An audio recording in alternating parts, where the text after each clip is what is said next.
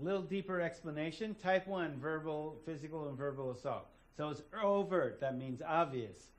Verbal and physical assault through physical contact or electronic media. So they call you a name, or they use the Supreme Court defined fighting words. So Supreme Court ruling, nigger is a fighting word. You can assume that anyone using that word is threatening immediate physical violence. Therefore, it is not unexpected that you might launch a preemptive strike if somebody calls you that name. Electronic media have a physical and psychological effect. So it doesn't matter that somebody is not physically present in the room. People have been driven to suicide by what happened on electronic media. Okay, the case law is not caught up as to how to deal with cyber harassment and cyberbullying. So that's still type 1.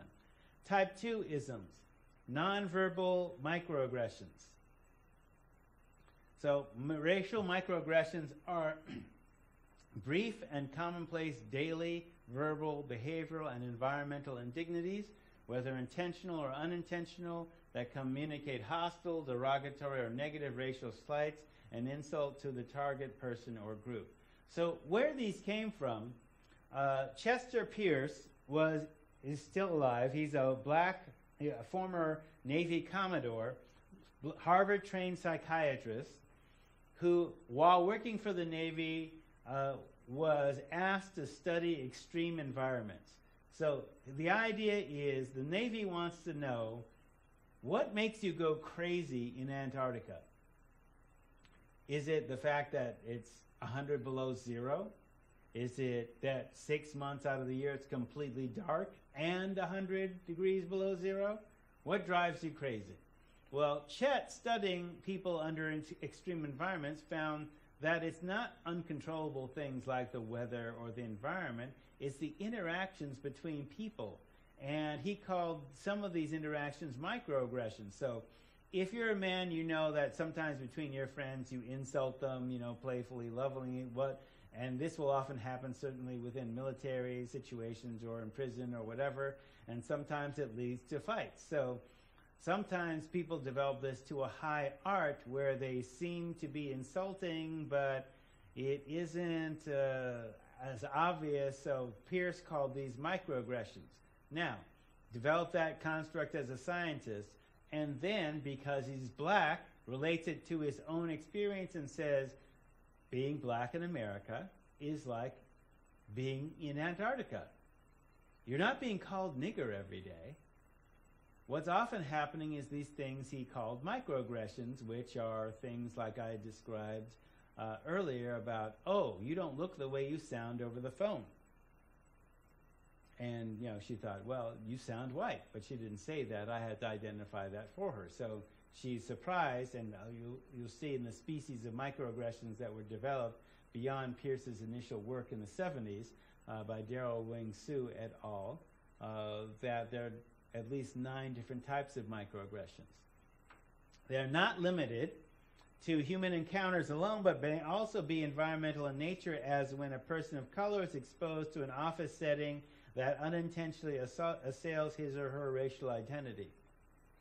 So microassaults, micro-insults, micro-invalidation are all different types of microaggression. So Chester Pierce to it all. So we've already seen that definition. So one's racial identity can be minimized or made insignificant through the sheer exclusion of decorations or literature that represents various racial groups. So when you walk into an office, when you walk into a school, are your people there? Do you see anybody that looks like you there? So conversely, the simple inclusion of a few token posters, pictures, art, books, or people cannot be interpreted as relieving microaggressions. Which culture created the office culture which would normally, quote unquote, assail any racial identity other than white male? Well, it's the white male culture or Western culture that created office culture. who has allegiance to maintaining that culture. So academe, school, higher education, is part of generating and maintaining office culture.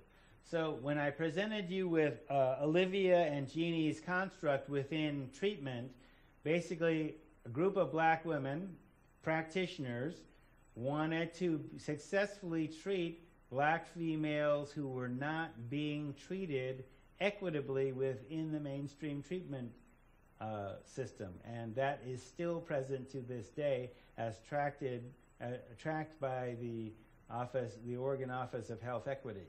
They're basically saying black people are not succeeding in treatment and not succeeding at disproportional rates to this day. Microassault is an explicit conscious racial derogation characterized primarily by a verbal or nonverbal attack meant to hurt the intended victim through name-calling, avoidant behavior, or purposeful discriminatory actions. So, for example, referring to someone as colored or any other non-current term, or oriental, half-breed, or other racial epithets or dated terms. So not being current is a microassault. Discouraging or disparaging interracial interactions or relationships, serving white patrons before someone of color, displaying swastikas or Confederate flags is a microassault. Old-fashioned racism conducted on an individual level. This is within his construct, which I basically separate as something separate, not part of type 2, but I'm being faithful to the literature as it's being reported. So often in private situations that offer the perpetrator anonymity or insulation. It can take the form of telling a person of color that another person used racial terms and then denying saying anything when the person of color reports or confronts the person that allegedly made the thing. So that game is often done within office culture, and that becomes a microassault. Perpetrators often hold notions of minority inferiority and will display them publicly in loss of control situations or when they feel safe, either anonymously or protected. So often people will make racist comments when they think that, if your skin is light enough to pass for white, they'll make racist comments in front of you and will display that thinking that you're white. That's a frequent one. Micro-insult. So communications that convey rudeness and insensitivity, demeaning a person's racial heritage or identity. Subtle or not so subtle snubs, frequently unknown to the perpetrator, but clearly conveying a hidden insulting message to the recipient of color. Now, the reason I'm going through this is in his book, Microaggressions, Daryl Sue basically talks of these are the things that come up most in the therapeutic relationship. And maybe the person doesn't intend to do that, but here's where the case law comes into play. We do not know your intent unless you speak it. We're not mind readers. Well, some of us are, but we're not mind readers. So your intent, so the idea of intent versus effect, also impact. We don't know your intent unless you say something or you write something down or communicate it. We can't know your intent, all right? So that's not the thing. The case law focuses on the effect. So it doesn't really matter whether you meant to be racist or not. The impact and the effect was as if you were. It still becomes a microaggression, and it's in the eye of the beholder. You may not think this is fair, but here's how the case law works with that. Who determines if it's rape or consensual? The case law says you can't consent if you're under the influence or incapacitated. She's the one that determines whether it's rape or not. She determines whether it's harassment or sexual harassment or not. So you have to adjust your behavior accordingly. So it's not your intent. Your intent is irrelevant in the case law. I didn't mean it. Doesn't matter. It's not your intent. You react to the effect. Apologize. Even if you feel you have nothing to apologize for, if they're saying what you did hurt me, your intent is irrelevant. Acknowledge their feelings. We're in a counseling, helping field. So acknowledge the effect or the impact.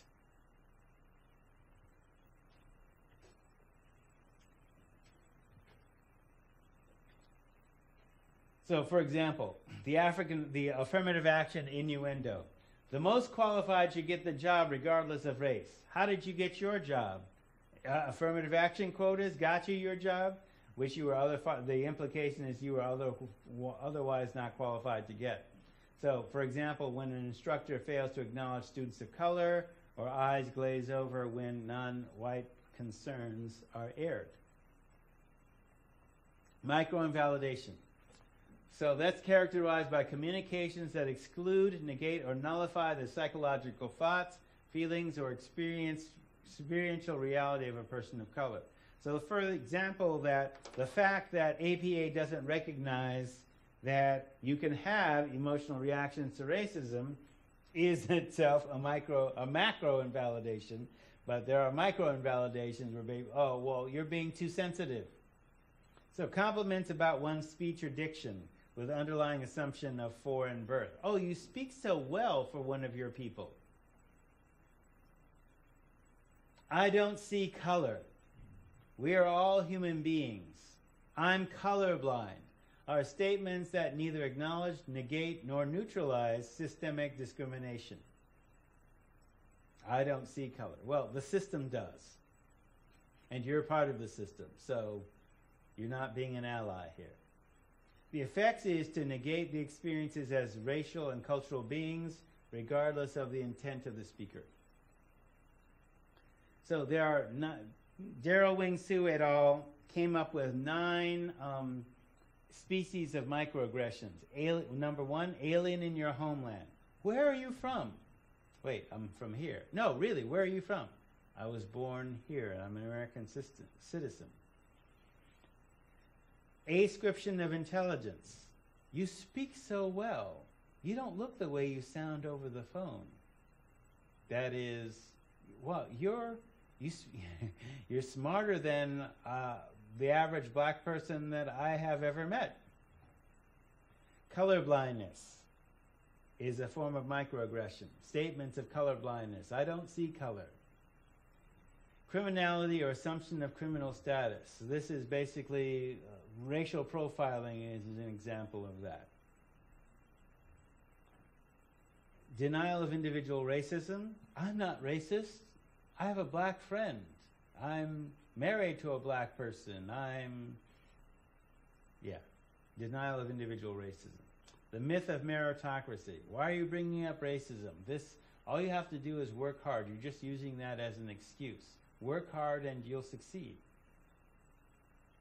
Pathologizing cultural values and communication styles. That is, well, English is your second language. You probably aren't getting this. Something is not clicking in your brain. Second-class status. It's fairly obvious. And environmental invalidation. Posters or lack of posters, etc. So, further explanation of microaggressions within therapy. Alien in your own homeland, you are not a real American, you are not qualified. So, the idea of this in therapy, especially in addictions therapy, whether you are doing this or not, clients often report that this has been their experience, and you might be the first person, if you are not of their race, to actually acknowledge that this has happened. You might be the first person outside of their race to actually articulate that this is going on. So alien in your own homeland is basically articulating the microaggression that you are not a real American, that a real American is white. We've seen this in various elections, for example, with Dukakis. What kind of name is that? That's a funny name. Oh, Obama is a funny name. Obama has the same middle name as Saddam Hussein. He's a terrorist. He's a Muslim. He's this or that. He's not a real American. Let's find his birth certificate. Yada, yada, yada. Yeah, you are not qualified. Ascription of intelligence, assigning or being surprised that somebody's intelligent because of their race, skin color, or gender. Color blindness. Race and culture do not really affect people's lives. You are making excuses, playing the race card. That's another form of color blindness. Race is not a card. Criminality, assumption of criminal status. This happened to me. I'm driving back from a Whitebird softball game on a Sunday afternoon, driving the beater car that I bought in Cave Junction. I'm driving back to my house in the Whitaker at the time, and I notice a police car pulling up behind me, so I do the typical black man cross-check. Okay, got my license, got my registration, all my equipment's working. Okay, so I'm around the corner from my house. The lights go on at the Red Barn and the Wit. I pull over, get my license and registration. What's the problem, officer? Oh, your left tail light was blinking intermittently, which is a lie. Standard LAPD excuse number 357. All right, I go to check. No, don't check. Can I see a license and registration? Sure, pull out my license and registration. Have you ever been arrested? Wait, we're talking about a tail light here, right? How do we go from a tail light to my... Oh, well, it's Sunday. I'll play along. Oh, I was arrested once when I was 17. 17 arrests? No, officer. I was arrested once when I was 17. What was that for? Theft? So at this point, we're now into harassment, right? Because I was 35 at the time. She could do the math. Okay, 17. That's now, I'm 58 now, so yeah, that's 41 years ago. This is when I first came to Eugene, and it was, a white lesbian police officer. I thought, well, she's a woman, she'll be cool. She's a lesbian. She understands what oppression is. Well, no. When were you arrested? I was arrested once when I was 17. 17 arrests? No. I was arrested once when I was 17. What was that for? Theft? So I'm wearing my Whitebird t-shirt, and I say, no, officer. I was arrested once when I was 17. I was in a car full of kids. They thought we were smoking pot. I'm a counselor at Whitebird. I have a master's degree. You have to have experience to be a drug counselor with drugs and counseling. I have a master's degree. I was arrested once, years ago. I actually didn't even have to tell you that. It's been closed file. Right? It's been expunged. Never been arrested since then. Do you have any other questions? Do you have any wants or warrants? Yeah. No, the only tickets I have are speeding tickets, or not in this state. Well, what state? Do you know anybody that does the speed limit between Los Angeles and San Francisco? Yeah. So all my tickets are paid. I'm cool, really. So, yeah. Racial profiling. Okay? What was that for? Theft? Assumption of criminal status. Denial of individual racism. Your racial oppression is no different than my gender or class oppression or my sexual orientation oppression. Well, actually, she did say that in an encounter that we had. Well, later. Yeah, that may be so, but here's what you did. You didn't see me at, I'm wearing a community agency. It's obvious. You assumed I was a criminal. And she tried to explain it by saying that the prisons had just released a bunch of people, a bunch of black felons, and some of them were living in Springfield, and some of them were living in the Whitaker. And because I was driving a beater car, she assumed I just gotten out of prison. My racial profiling stopped as soon as I started driving a Volvo. So, there's a class analysis within that too. Myth of meritocracy. You need to work hard. If you don't succeed, it's your own individual fault. You can't use racism as an issue. Pathologizing cultural values and communication styles. So, for example, people who get a label of borderline personality disorder when you are loud, emotional, and confrontational. Social anxiety disorder when you avoid eye contact. These are culturally, some cultures, you're not so, it's a sign of respect not to look person in the eye, especially a person of authority. When you're loud, emotional, and confrontational, well, maybe, do I have borderline personality disorder because I confront people? I was thinking I was more a narcissist. At least there are people who say you think more of yourself than others. I try not to, but pathologizing cultural values and communication styles. Second-class status, the level of welcome or a white preference shown. Environmental validation, so building names, pictures, staffing reflects that you don't belong, only white people can succeed, you are an outsider. So anytime your client may have these are all common experiences within the literature, that if your client doesn't look white, because remember this is racial microaggressions because this is where the literature is focusing, that your client might have experienced and might be experiencing on an ongoing basis, and this might be a stressor that they self-medicate. One of the challenges with microaggressions is that because they're often ambiguous, is difficult to say, did this happen or not? That's one of the major stressors in terms of, did this happen to me? Am I being too sensitive? So, microaggressions occur most often and contribute to hypertension and other long-term chronic diseases. So if a client's culture has developed skills for dealing with and identifying microaggressions, the skills should be encouraged by the therapist. Now, this came out of black psychiatry, Harvard-trained black psychiatrists. So if you have an issue with it, what is it you have an issue with? Harvard or black? Okay, it's been validated by experience. Positive racial self-identification is a skill-building tool. So identification of positive role models, elders in the community, historic and scientific contributions by that particular group, psychological, cultural, spiritual constructs in the science, so you've been seeing that, and skill-building technologies to basically be able to internally counter racial microaggressions and other forms of isms. So one of the skills that you want to develop with the client is the identification of microaggressions. Did it happen? Well, don't argue about whether it happened because they're often ambiguous.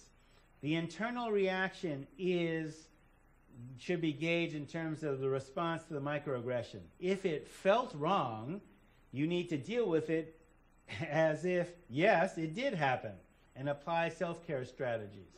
So again, without going into a psych diagnosis, because right now there is no psych diagnosis for the emotional impact of racism, this is where the construct of, if it's not what's wrong with you, it's what happened to you.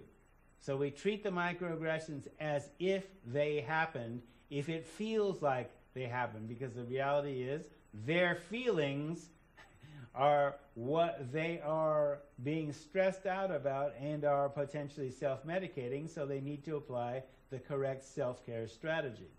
So response, you can either respond in real time or say nothing. You can vent, use appropriate humor, give instruction to the perpetrator, all these different things. So, when that woman said, you don't look the way that you sound over the phone, I just kind of drew it out and said, look at what you're thinking about. I said, you must be from Oregon. Ha, ha, ha. Why do you say that? I am.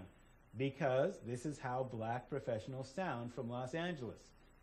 What, you were expecting Ebonics? Because, what's up? No, I'm in a professional environment. So I might speak to you that way if you were a black professional, but you're a blonde-haired, blue-eyed woman from Oregon. You're just kind of like a hippie. I'm not going to use Ebonics with you. Not appropriate. And it's not appropriate for you to assume that just because of the way I sound over the phone, that I'm not black. You should actually not care. But this is not color blindness. What you did was a microaggression. It's okay, I know you didn't mean to do it, but here's the impact. You want to basically watch that in the future. Don't be surprised at our excellence. It's normal for us. Right? So any of these can be subject to the damned if you do, damned if you don't rule. So one example of indigenous maroon wisdom in terms of dealing with microaggressions is Alice Walker. Some of her later writings, way after The Color Purple. So continue with the 6 types of isms. Type 3. Unconscious institutional.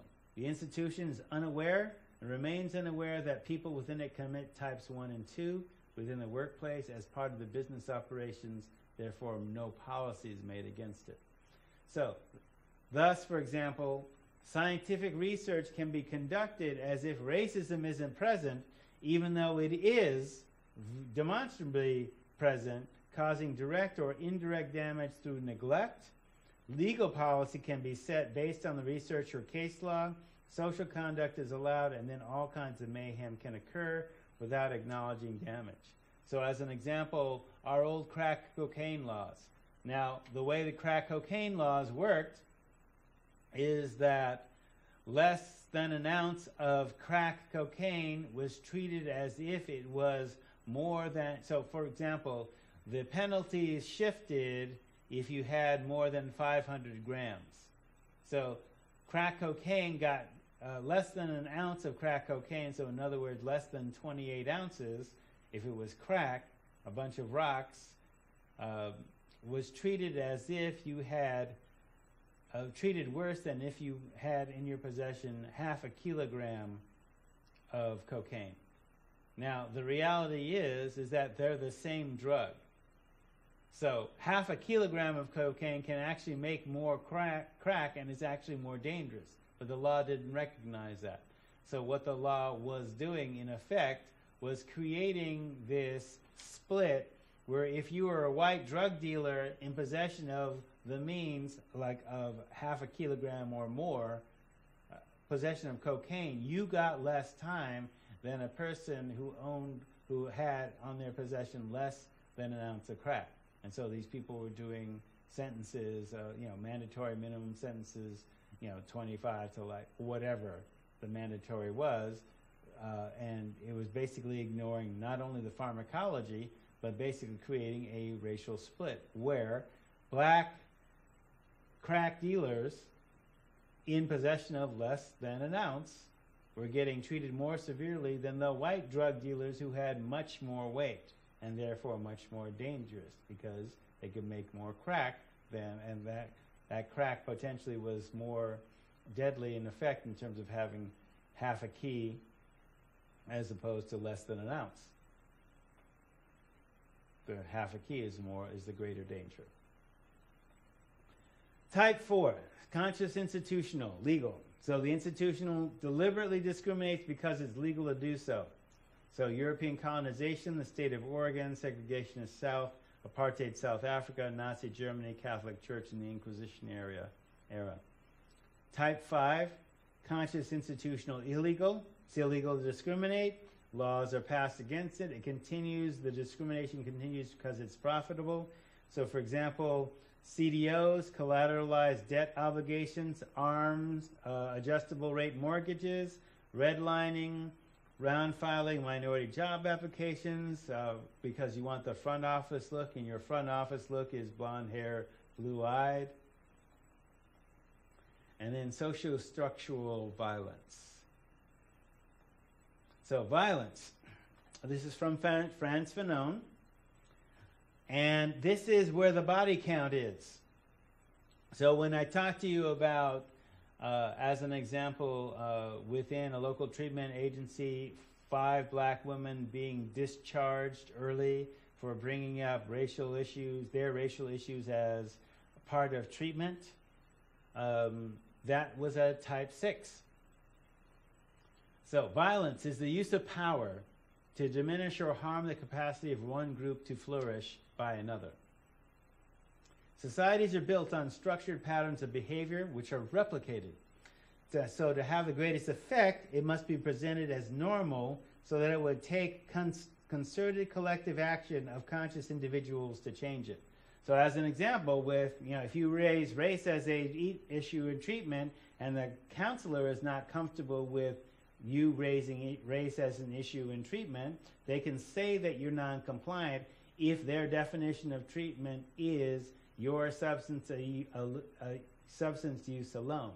If you're trying to explain that your substance use is a result of ongoing microaggressions, even if they didn't have that language, but that's essentially what it is, and they're concerned after they get out of treatment, they know racism isn't going to go exist, it isn't going to go away, so how do I address it while I'm in treatment, now that I'm in a treatment agency that theoretically is not subjecting me to racial harassment, which wasn't the case in this particular instance, but hopefully with the presentation of this material things can improve. So without the action of conscious individuals changing it, it remains in place as normal. So disproportionality is one of the easiest means of detection of whether type 6 is going on. That means you have to do the data and see if your proportions, so for disproportionality works like this. If you are a certain percentage of the population, so you should have the same proportionate amount of risks and illnesses and crime, et cetera, et cetera. Whenever, with disproportionality, the test is at 2 to 3 times more higher than the, say, for example, if we say that whites are the majority and that certain things happen to white people at a certain rate, if you're a minority person and that happens at twice the white rate, there's a structure in society that is creating that. So as an example, if 80% of the illegal drug users, so let me put it this way. 80%, when Ronald Reagan was saying just say no, 80% of the illegal drug users were white men who made in excess of $50,000. Okay? So if you break down the 20%, 13% were white women.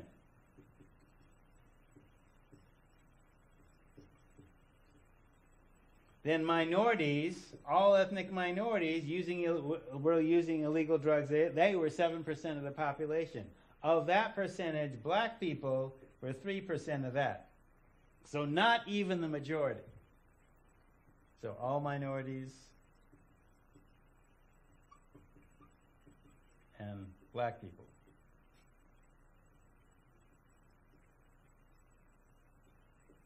And that shifts according to drugs. So this is all illegal drugs combined. So just say no.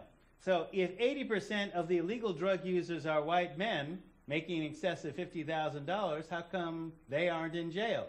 It's not because of lawyers. It's not. If 3% of black folks are using illegal drugs in the Reagan era, why are they filling up the jails? What's happening, okay, this is disproportionality. So if this 3% is basically the war on drugs, okay, is a war on minorities. It is a fact today. The United States has incarcerated and has for drug offenses alone, more black people are incarcerated for drug offenses alone today that were enslaved in history in 1850. It's like the new Jim Crow. It's like the new form of slavery, the drug war. Okay? So if you got close to 1 million black people in using illegal drugs, and these folks aren't going to jail, that's disproportionality. There is a structure producing disproportionality. And part of what's happening is these folks are being arrested. In fact, when I was working for the feds, this is actually the whole thing with law enforcement. They were basically saying, well, these folks are more arrestable. than these white stockbrokers. Now, I mean, because that's who it was. As an example, when I talked to Lieutenant Moose, who became the first black police chief in Oregon history, I said, give me a typical drug transaction in Northeast. A white guy from Beaverton, he said, comes to Northeast and buys crack. Okay, how do you know this? We have it on videotape. So what do? We arrest the dealer. Wait, isn't it illegal to buy and possess crack and drive off with it? Yes. Why don't you bust the white buyer? He looks at me like I'm crazy.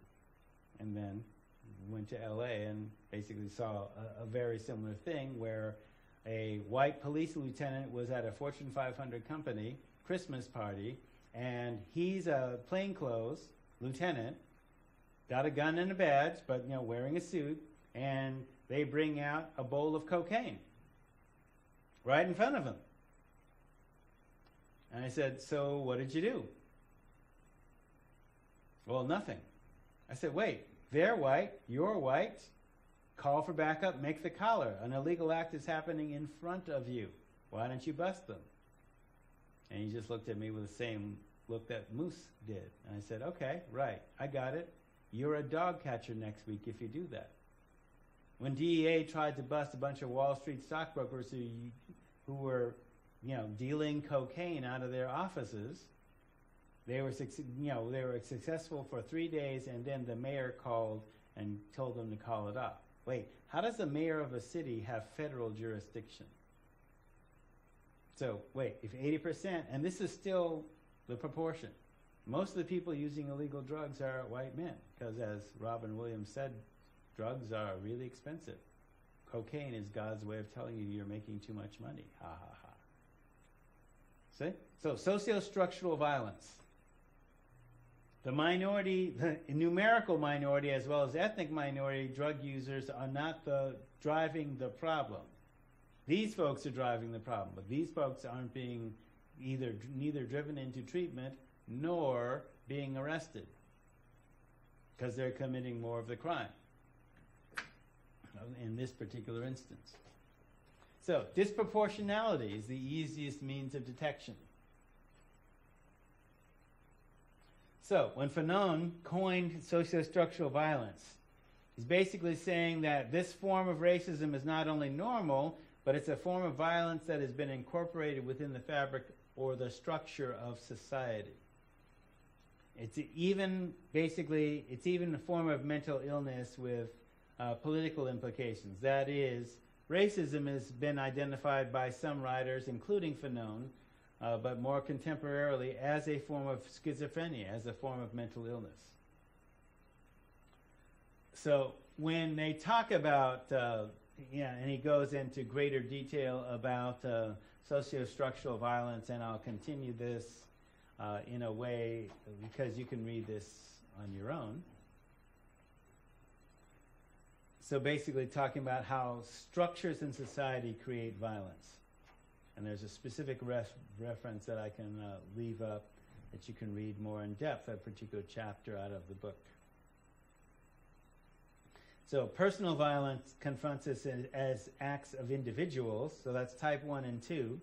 Structural violence enjoys sanction of ruling authorities and appears diffuse and very much linked with social reality. So we're conditioned to think of violence as being perpetrated by people and not necessarily institutions. And Fanon basically says this is incorrect because healing institutions can commit acts of violence by denying access to care based on certain characteristics.